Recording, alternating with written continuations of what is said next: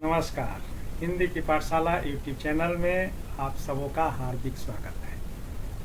काव्यालोचन श्रृंखला के अंतर्गत आज से हम लोग अब्दुल रहीम खान खाना, जिनको रहीम और रहमान कवि के नाम से भी जाना जाता है, द्वारा रचित दोहावली के उन 100 लोकप्रिय एवं प्रचलित दोहों की अर्थ सहित व्याख्या सीखेंगे, समझेंगे, जो देश के सभी विद्यालयों एवं विश्वविद्यालयों तथा प्रतियोगी परीक्षाओं के हिंदी, उर्दू और फारसी भाषाओं के पाठ्यक्रम में स्थान पाए दोहों की व्याख्या करेंगे हम लोग। तो आज का पाठ थोड़ा बड़ा होगा, क्योंकि व्याख्या के कुछ सैद्धांतिक पहलुओं पर भी हम लोग विचार करेंगे। यद्यपि व्याख्या कैसे करें से संबंधित एक वीडियो मैं अपलोड आज से 4-5 महीने पहले ही कर चुका हूं, उसका लिंक डिस्क्रिप्शन में दे दूंगा। तो अब चलें हम लोग पाठ और आरंभ अपने कर्म क्षेत्र के विश्वविद्यालय पाटलिपुत्र विश्वविद्यालय और मगध विश्वविद्यालय के स्नातक प्रतिष्ठा तृतीय खंड के पाठ्यक्रम में स्थान पाए रहीम के 5 दोहों की अर्थ सहित व्याख्या करेंगे। आज तो एक ही हो पाएगा, मगर आगे से प्रतिदिन 5-5 दोहों को लेकर के उनका पाठ और अर्थ सहित व्याख्या करेंगे। तो पाटलिपुत्र विश्वविद्यालय और मगध विश्वविद्यालय के पाठ्यक्रम में स्थान पाए ये दोहे। अनुचित वचन न मानिए, यद्यपि गुरायु सुगाढ़, है रहीम रघुनाथ ते, सुजस भरत को बाढ़। रहीमा सुजस बढ़त भरत को बाढ़। ए रहीम दर दर फिरही, मांगी मधु करी खाय। यारो यारी छोड़िए, वे रहीम अब नाही रहीमा, वे रहीम अब नाही। चित्रकूट में रमी रहे, रहीम न अवध नरेश। जा पर विपदा पड़त है, सो आवत यह देश। रहीमा सो आवत यह देश। जे गरीब पर हित करे, ते रहीम बड़ लोग। कहाँ सुदामा बापुरो, कृष्ण मिताई जोग। रहीमा कृष्ण मिताई जो। जैसी तुम हम सो करी, करी करो जो तीर। बाढ़े दिन के मीत हों, गाढ़े दिन रघुवीर। रहीमा गाढ़े दिन रघुवीर। तो ये पाठ्यक्रम का पहला दोहा और रहीम ग्रंथावली का यह 7वां नीति का दोहा है। तो पहले मैं बता चुका हूँ, अगर ध्यान दिए हों तब, और अगर नहीं तो व्याख्या कैसे करें का विधिवत वीडियो अपलोड है हिंदी की पाठशाला यूट्यूब चैनल पर, तो उसको आप लोग देख लेंगे। वैसे संक्षेप में थोड़ा विचार व्याख्या के विभिन्न बिंदुओं पर भी हम लोग कर लेते हैं।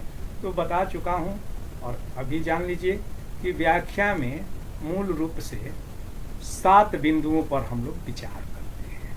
पहला तो होता है संदर्भ, उसके बाद होता है प्रसंग, तीसरा होता है कठिन शब्दों का अर्थ, चौथा होता है सरलार्थ या मूलार्थ, पांचवा होता है व्याख्या, और छठा भावार्थ या केंद्रीय भाव, और सातवां बिंदु है विशेष।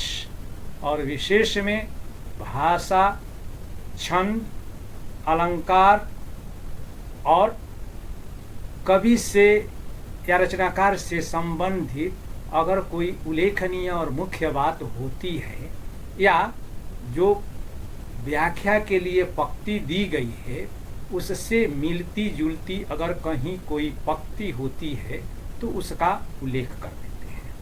तो आए अब हम लोग अब्दुल रहीम खानखाना का 7वां नीति का दोहा हम लोग देखते हैं। अनुचित वचन न मानिए जदपि गुराई सुगाई, हैं रहीम रघुनाथ ते सुजस भरत को बाई। तो इसका संदर्भ क्या है? तो सीधे और सामान्यतः रहीम के जो दोहे हैं उन दोहों में से अधिकांश दोहों में रहीम अपने नाम का उल्लेख करते हैं, रहीम के रूप में या रहमान के रूप में। तो पहचानने में कठिनाई नहीं होनी चाहिए। तो कहाँ से लिया गया है? तो अब्दुल रहीम खानखाना रचित दोहावली से, जो विद्यानिवास मिश्र के द्वारा संकलित रहीम ग्रंथावली में है। और बताया था कि थोड़ी सी जो है कवि की विशेषताओं का भी उल्लेख कर देते हैं। तो रहीम का जब जीवन परिचय आएगा तो उसमें वो सब जो है मैं बताऊंगा। अभी इतना जान लीजिए कि रहीम जो हैं उनका पूरा नाम तो अब्दुल रहीम खानखाना है, और वे अकबर के दरबारी कवि हैं और भक्ति काल के कवि हैं। और इनके द्वारा ये जो जितने कहते हैं ना कि करवाल और कलम, तो ये कलम चलाने में भी माहिर रहे हैं और तलवार चलाने में भी माहिर रहे हैं। पूरे भारतवर्ष के दक्षिण भारत को, दक्कन, गुजरात और राजस्थान को जीत करके मुगल साम्राज्य के अंतर्गत लाने का श्रेय अब्दुल रहीम खानखाना को मुगल कालीन इतिहासकारों ने दिया है। तो जितने बड़े ये तलवारबाज थे उससे कहीं बढ़ करके ये कलम नवीस भी थे, और ये बहुभाषी थे। संस्कृत, अरबी, फारसी, तुर्की और हिंदी, ब्रजभाषा और अवधी के उस काल के एकमात्र बहुभाषी कवि हैं, जिनका इन सभी भाषाओं पर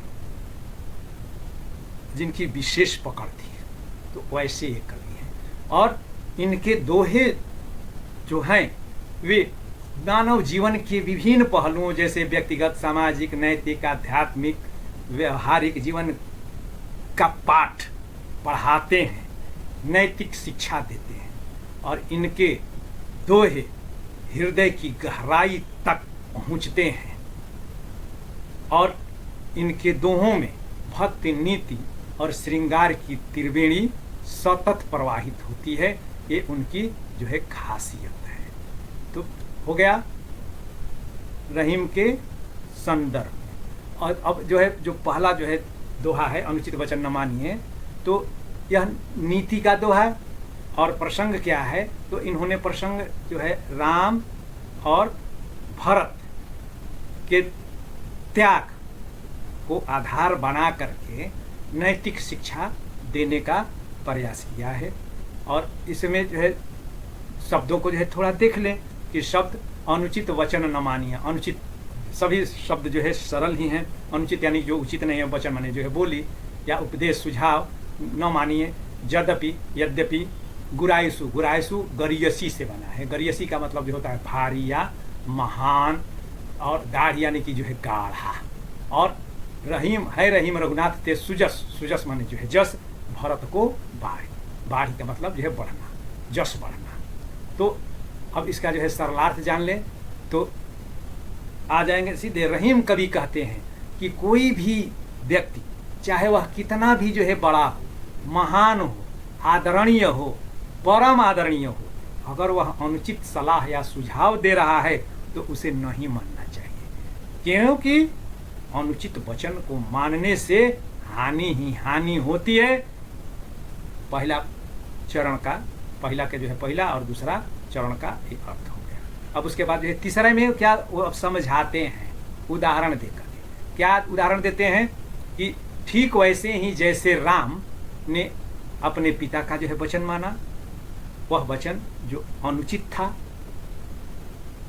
दशरथ को झांसे में लेकर के कैकेयी ने उनसे अनुचित जो है वरदान मांग लिया। अनुचित समय में क्या कि जो है पूर्व में प्रतिज्ञाबद्ध हो चुके थे दशरथ देवासुर संग्राम में कि 2 वरदान मैं दूंगा। तो उन्होंने कहा कि जो है ठीक है मैं समय पर मांग लूंगी। तो कैकेयी ने राम के लिए 14 वर्ष का वनवास और भरत के लिए राजगद्दी मांग ली। तो यह अनुचित था पूरे जो है समाज के लिए भी, उस अवध राज्य के लिए भी, और दशरथ के लिए तो वह मरणांतक हुआ ही। तो राम को राजा बनाया जाना था, मगर कैकेयी के हठ के आगे दशरथ को झुकना पड़ा, कैकेयी के अनुचित वचन को मानना पड़ा, जिसका नतीजा क्या हुआ कि राम को वन जाना पड़ा। और दूसरी बात कि राम ने राजा दशरथ के उस अनुचित वचन को अपने सृजनहार, पिता को सृजनहार भी जो है कहते हैं, क्योंकि उन्होंने ही इस जो है संसार में हमें लाया है। तो सृजनहार पिता के कोई आदेश को उन्होंने, यद्यपि आदेश नहीं दिया था, बस वे वचन में बद्ध हो गए थे, तो उनको वचन मुक्त करने के लिए राम वन में चले गए। नतीजा क्या हुआ कि 14 वर्ष उनको वन में दर दर भटकना पड़ा। अपनी प्रिय पत्नी सीता का वियोग सहना पड़ा। उनके प्रिय अनुज लक्ष्मण को शक्ति बाण झेलना पड़ा। कहने का मतलब कि राम को दर दर परेशानियां झेलनी पड़ी। क्यों? कि उन्होंने दशरथ के अनुचित वचन को या कैकेयी के अनुचित वचन को सिरोधार्य कर दिया। और वहीं जो है भरत ने उस अनुचित वचन को नहीं माना कि जो है, चूंकि उनके वे भारतीय भक्त थे, वे भी थे, और गद्दी के असली हकदार श्री राम थे। सबने उनको कैकेयी के हठ के आगे दशरथ को तो झुकना पड़ा था, राम उसको स्वीकार कर लिए, मगर भरत उस अनुचित वचन को नहीं माने। नगरवासियों, पूर्ववासियों, उनके अनुज, बड़े भाई, छोटे भाई, उनके सगे संबंधी, सास, ससुर और तीनों माताओं के कहे को वो नहीं माने। तो इससे उनका जस जो है घटा नहीं, वरन बढ़ गया और ज्यादा बढ़ गया। और राम इतने वर्षों तक मर्यादा पुरुषोत्तम होते हुए भी कष्ट भोगे, और भरत भी कष्ट भोगे। मगर जहां राम और भरत के चरित्र की तुलना की जाती है, वहां पर भरत राम से किसी भी स्थिति में कम नहीं पड़ते हैं। और इसका विशद और व्यापक वर्णन किया है आचार्य रामचंद्र शुक्ल ने त्रिवेणी में और अपने हिंदी साहित्य का इतिहास में। तो ये हो गया सरलार्थ एवं व्याख्या। अब जो है आ जाते हैं हम लोग विशेष की तरफ। तो विशेष में तो ये हम लोग जान लिए कि रहीम बहुभाषी हैं, 5 भाषाओं पर उनकी जो है पकड़ थी, और इस में दोहावली उन्होंने ब्रज भाषा में लिखी। तो दोहावली की भाषा या इस जो है दोहे की जो है भाषा क्या है, तो ब्रज भाषा है। और वह ब्रज भाषा में शब्दों का वे कैसा प्रयोग करते हैं, तो बहुत सधे हुए रूप में, यानी कि भाषा बहुत ही सधी हुई है, लालित्यपूर्ण है, और ये राग रागिनियों के जो है चक्कर में नहीं पड़े हैं, बावजूद इनके पद गेय हैं। और कहने की आवश्यकता नहीं है कि कबीर के बाद सबसे ज़्यादा पढ़े और गाए जाने वाले कवि रहीम ही है। उसके बाद अब आ जाते हैं हम लोग जो है छंद विचार पर। तो रहीम ने जो दोहा लिखा, तो जो दोहावली में, तो वह दोहा है 2 पंक्तियों का है, और दोहा को या दोहा जो है मात्रिक छंद है। मात्रिक छंद यानी कि इसमें मात्राओं पर जो है ध्यान दिया जाता है, और मात्राएं 2 प्रकार की है, लघु और गुरु। लघु का मतलब छोटा, और दीर्घ का मतलब, या गुरु का मतलब यह बड़ा।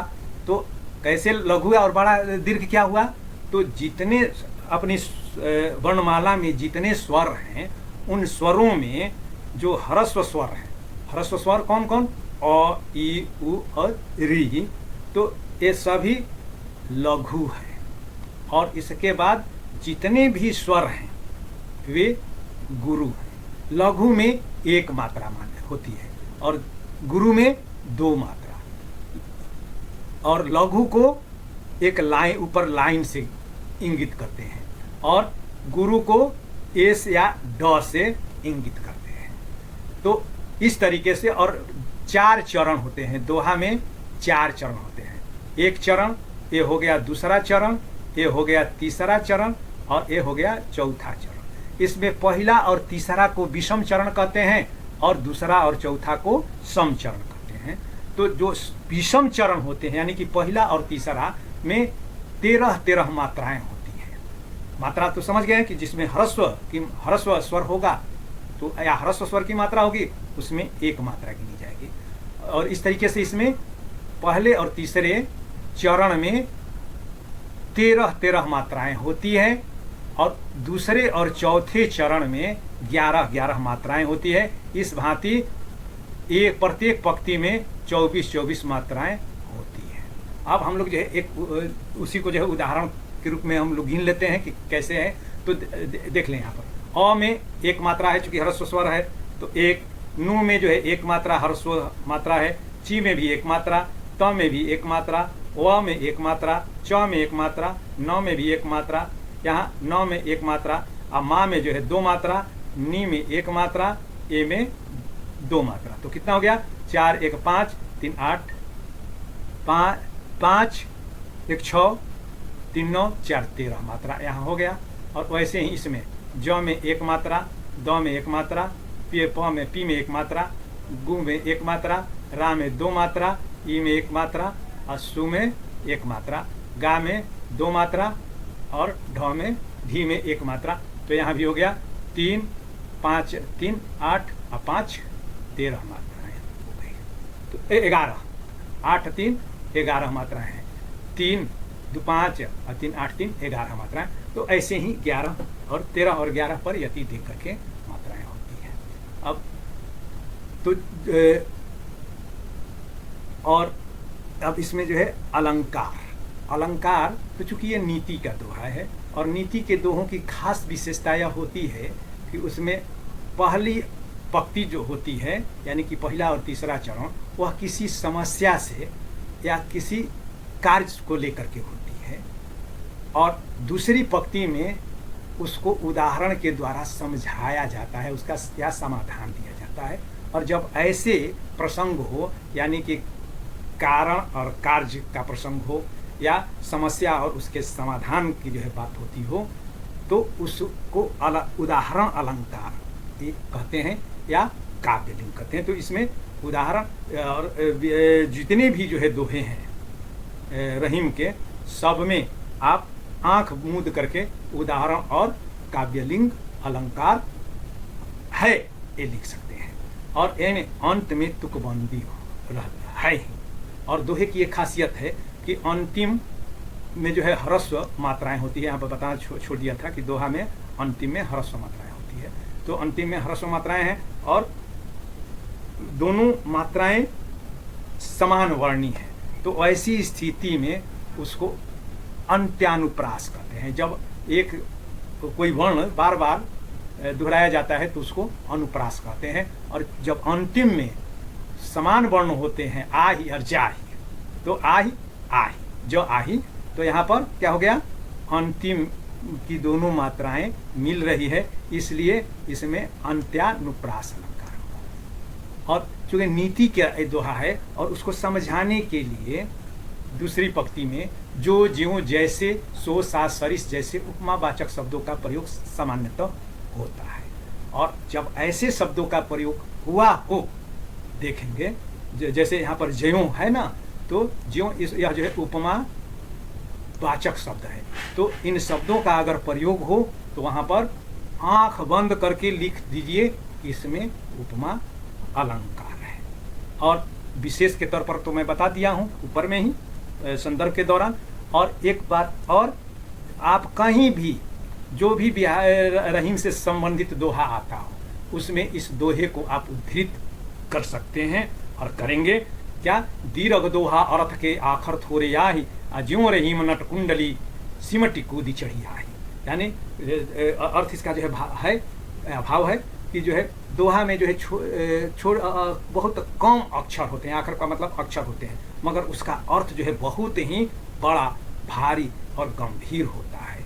और ठीक वैसे ही रहीम के दोहे हैं, देखने में जो है बिहारी के दोहों की तरह। बिहारी के दोहों के बारे में कहा जाता है ना कि सतसैया के दोहरे अरुणावक के तीर, तो वही स्थिति रहीम के साथ भी है। और कहने की ये आवश्यकता नहीं है कि बिहारी लाल पर रहीम का बहुत ही प्रभाव रहा है, तभी जाकर के बिहारी के दोहे, बिहारी सतसई के दोहे हिंदी साहित्य की अमूल्य निधि बन पाए।